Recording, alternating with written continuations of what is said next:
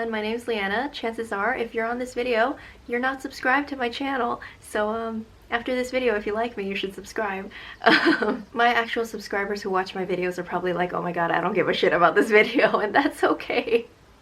That's okay. This video is for those prospective freshmen or incoming freshmen at UC San Diego, which is where I just graduated from. So I do have a graduation vlog on my channel where it's kind of like documenting me graduating. And also I give like a little mini campus tour. If you're interested to see what campus looks like and like what my favorite spots were, then highly recommend checking out that video. I will link it in the description box below. But today's video is especially for answering some questions that you may have if you're thinking about going to UCSD, or if you're already SIR'd and you're just looking for more info.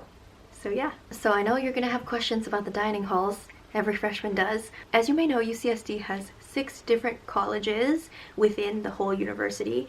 There's about to be a 7th one, but we'll ignore that for now. And there is a dining hall in each of those colleges. And the most common question about dining halls and colleges is, are you stuck with that one dining hall in your college? And the answer is no. You can eat wherever you want on campus.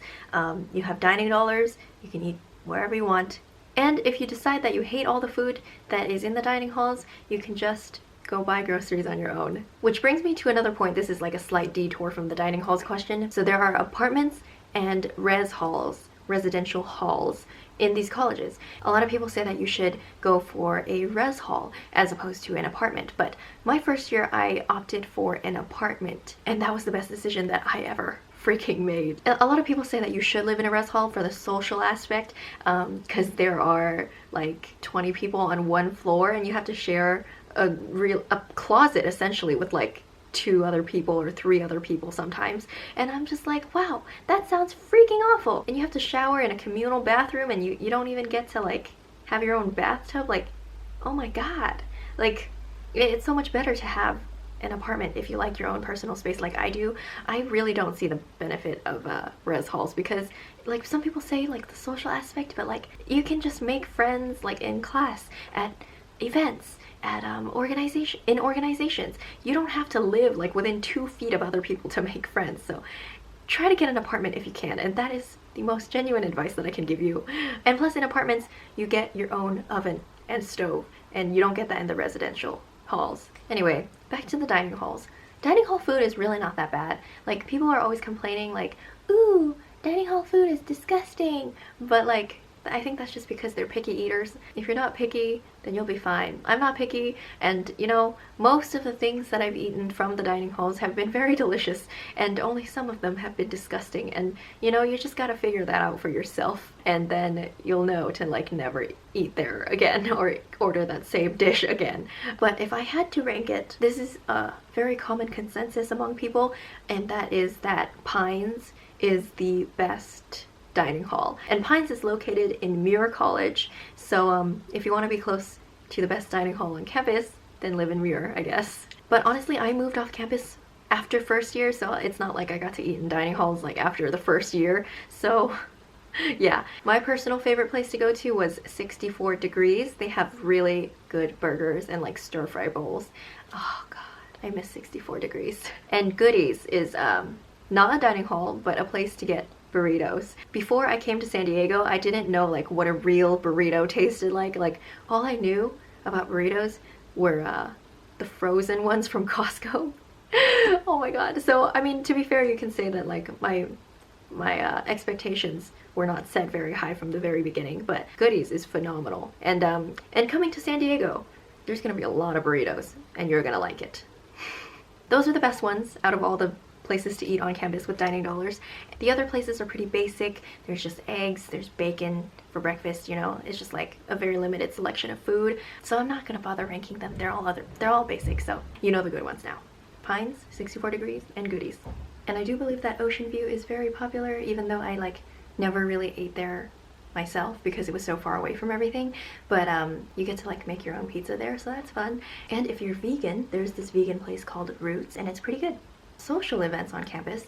You may have heard the stereotype that UCSD is You see, socially dead. That's what the SD stands for. But I think the people who say that are just bitching about the fact that the university doesn't have a football team. This should be pretty obvious, but your social life will be what you make of it and how social you decide to be. There are definitely a lot of events and orgs that you can join, and you can find your social life there. Yeah, there's definitely not a football team, but like even if there was a football team, I don't think I would go to the games because I don't like football. If you put in the effort to make friends, then you'll have friends, so don't worry about it too much. There's always flyers posted everywhere, and on Library Walk, which is like the main walkway of the school, like in front of the library, there will always be people harassing you with flyers, telling you to like go to their events. So there are a lot of social events going on at school. It's just like, I don't know why people say it's socially dead. I definitely don't think that it's socially dead at all. If you do choose to go to one of those events that are advertised on a flyer that you see or get, then I recommend bringing a friend, because if you don't know anyone in the organization, it can be kind of like lonely. Then you'll have someone there with you and it'll be fun. There's this place called The Loft, and they usually have like music performances or like movie showings, and there are like some semi-famous people that show up sometimes, and it's pretty cool. There are also like a handful of concerts that happen throughout the year. The biggest one for sure is the Sun God Festival, which happens every year. Unfortunately, it didn't happen this year because of the coronavirus, but usually it's like this whole big event, and the budget is like huge, and they get some really big names out here, so. And it's totally free for UCSD students. I guess that's where our tuition money goes, huh? So you better go get your money's worth. The differences between the 6 colleges is also something that you may be curious about. To be honest, I kind of randomly ordered mine when I applied, and I got into Warren College, and that is kind of known as the engineering college, mainly because most of the engineering buildings are in Warren College, and also the GEs are supposedly a little more lenient towards engineering majors, but I felt like I still had to take a bunch of classes that I didn't like, so that kind of sucked. So if you are engineering as well, Warren is a good bet. I think definitely the worst college to pick if you're an engineering major is Revelle, because you have 6 humanities classes that you have to take, and you have to read books, and you have to write essays on them, and it's just very exhausting. Like 6 whole quarters, oh god.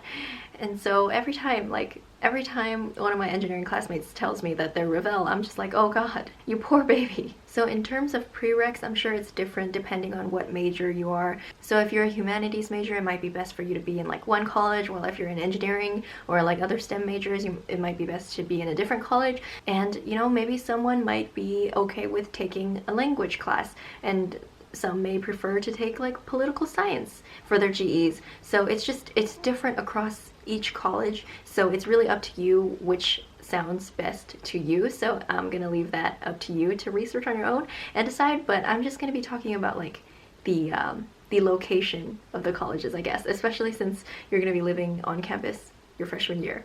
So I would say the college with the best location is probably going to be Muir, because it's just in the middle of everything, and Muir is also known for the least amount of prereqs, so I would look into that. Warren is kind of in one corner of the campus, while Revelle is in another corner of the campus, and I remember for my first year GEs, I definitely had to walk all the way to Revelle from Warren, and that was like a 30-minute walk, because UCSD is very, very large, and it's very spread out. So it's not great walking from Warren to Revelle, especially since it's like uphill. So ERC is very, very close to REMAC, which is the best gym on campus. There are 3 gyms on campus: REMAC, Main Gym, and Canyon View. Canyon View is very close to Warren, but there's very limited equipment there, and it's fairly small, and also it's like right next to a pool, so the lockers are always wet. So I never really went there that much. And Main Gym is okay. There's like only 1 squat rack though, so yeah, I mean, it like has enough, I guess. And I went there a lot for my upper body days, but REMAC has everything you need. It is a haven, and it was one of my favorite places to be on campus. Sadly, I couldn't make the most out of my last quarter because, you know, it had to close because of the virus. So I'm very sad about that. Eleanor Roosevelt College is very, very close to REMAC, and very convenient as well. So is Marshall College. Marshall College is very close to Goodies Burritos. So if you live in Marshall, you could just go down to the gym, come back, get a burrito, go back to your dorm. So in Marshall, there are Marshall Lowers and Marshall Uppers, and Marshall Lowers are just kind of like more downhill, and I've heard a lot of people have issues with like flooding there, so I wouldn't recommend living in Marshall. And the Village is very, very nice. It is especially for transfers, but I do believe that you can apply to live there if you're not a transfer. But I don't really know too much about it, but the Village, it's a very nice place to live. I wish I lived there. In Sixth College, I heard the res halls are kind of shitty. They're like, I've heard it described as cabins. I don't know, nobody really talks about Sixth College being one of the best places to be. So I'm sure that many of you are worried about the workload of classes and studying, especially since UCSD is on the quarter system, which means that instead of semesters that last for several months, they have quarters, which last for 10 weeks each, and there are 3 quarters every school year. And it can be very, very stressful, because imagine trying to learn like fluid dynamics in like 10 weeks. Oh my god. I have to admit, I didn't learn it, even though I passed. So yeah, you really just gotta have study skills to be able to pass these classes. I was a bad studier, but I passed all my classes, so am I really that bad? I've never failed a single class in my 4 years here, so I kind of like know the system, I guess. So what I would do, and I don't recommend this, is cram the day before, because I don't know, I feel like I work well under pressure or something, but that's like really bad. I'm setting such a bad example for you guys. I took a lot of engineering classes, which meant a lot of like problem solving and applying the concepts that we learned to like solve problems, right? We were allowed like 1 page of notes during the test. So what I would do the day before a test is basically write down every single example that I could find and just copied that down onto my free page of notes. And during the test, I would just consult that. That is pretty much how I would study, by making those like note pages. And I've learned that in my 4 years of these classes, the calculation problems on the exams are worth the most points, while the conceptual ones are like worth 1 or 2. So definitely prioritize like working through problems and making sure you know how to get to the answer if you're a STEM major. And if you're a humanities major, then you know the importance of Quizlet, and I don't have to tell you anymore about that.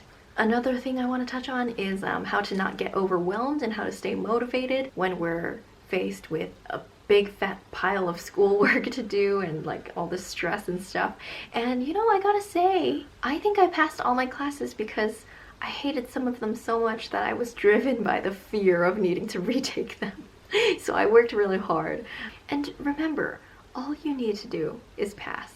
And I kind of used that attitude to approach every single one of my classes, especially the ones that I hated. And I know your GPA does matter when you're like trying to go to grad school, but you know, all you can do is like do your best. And if you don't get as good grades as you were hoping you would, then that's okay, you know, because at least you tried.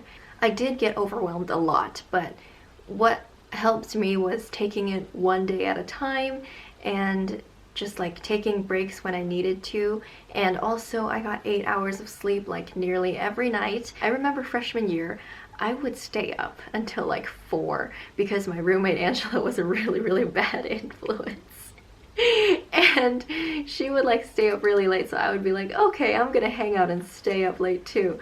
But yeah, no, I wish I didn't drink so many Starbucks Frappuccinos back then. But yeah, instead of staying up until like 4 a.m. every single night like a crazy college student, I slept at 10 and woke up at 6 most of the time, like a grandma. Physical health has a really, really big impact on mental health. If you're feeling good in here, then you're feeling good in here. And then you can function. Treat your body like a machine. Like if you don't give it the proper fuel, then how do you expect it to work properly? I've definitely found that taking care of myself, taking care of my body has been really, really helpful with managing my schoolwork and managing my stress.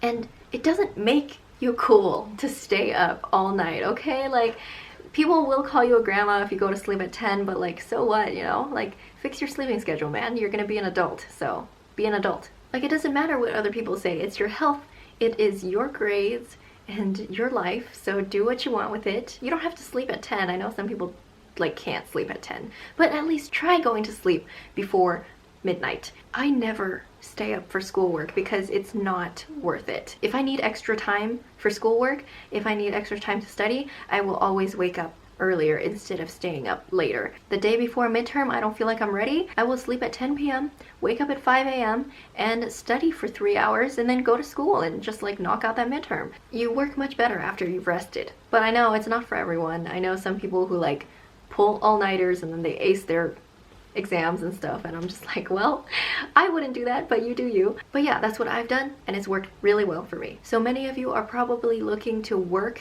and study at the same time. I worked at a dining hall, and if you can help it, don't work in a dining hall. Oh my god, that was the worst experience of my entire life. You get paid minimum wage, you know, you have to pick up after other people.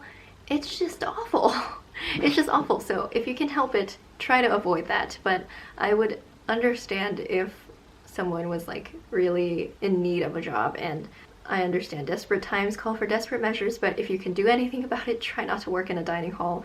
In my 3rd year, I worked as a tutor at the library, and that was my favorite job that I've ever had in my entire life, even though I did end up quitting because it just got to be too much. But it was a 10-hour work week consistently, like every single week, and I had a lot of independence. Like I wasn't constantly being supervised, and I really liked that part of the job because it kind of let me just like be myself and just like chill and just do my job instead of like stressing about impressing a supervisor like all the time. And I got paid really well as well because it was a skill-based job instead of like a manual labor based job. So if you can find a job that's like more chill, like, you know, typing on a computer or like sitting behind a desk or like, you know, tutoring, then that is something that I would recommend. So yeah, I had a 10-hour work week and I barely managed to get by. Like I went to the gym, I tutored, I was taking 4 major classes that year, like each quarter, and it was definitely a lot. Like I didn't have time to watch Netflix. I definitely like made time for myself over the weekends, and you know, it felt nice being busy, but it eventually got to be like too much, and I wanted to take a step back and just like focus on my schoolwork. But it's doable. Anything more than 10 hours though, I would like not, because it is definitely a lot. But I guess if you don't like spend as much time in the gym as I do, then you can afford to spend more time working. But if you like want time to like also take care of yourself, then I would recommend only working 10 hours a week and finding a job that pays you well, so that you don't have to worry about, you know, minimum wage not being enough to buy groceries. If I could go back and give myself some advice, I would say drink less Starbucks Frappuccinos. Stop eating unhealthy. Growing up, my family didn't really buy a lot of unhealthy things to eat, so I guess I was deprived of like candy or hot Cheetos or whatever. So I ate so many bags of hot Cheetos freshman year because the market was like right there, and I had my dining dollars, and just got so many of those coffees, and it was nauseating. It was bad, and I just got a bunch of excess belly fat that I still haven't gotten rid of, so that sucks. Definitely try to eat healthy like from the start, that way you don't get freshman 15. Dining hall food will not give you freshman 15. Those are fixed portions. It's just you start like compulsively snacking and like drinking all this sugary coffee and all these sugary drinks, and it's just very bad for you. Try to take care of your health from the very beginning, because physical health, I cannot stress this enough, physical health is very, very important, and is going to be very important for your performing well in school. So for me, my 3rd year was the hardest year. That is when I had to take 4 major classes every quarter for a year, and that was very, very, very, very stressful.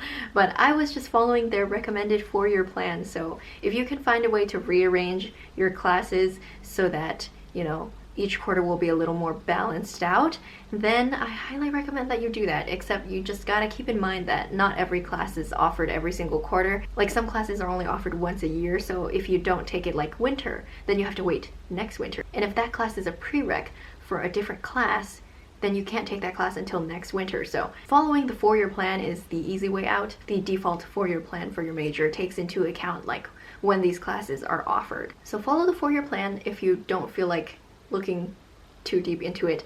But yeah, definitely 4-year plan like really forced me to take all those classes like 3rd year, so that was really, really stressful. But eventually I just kind of got used to it.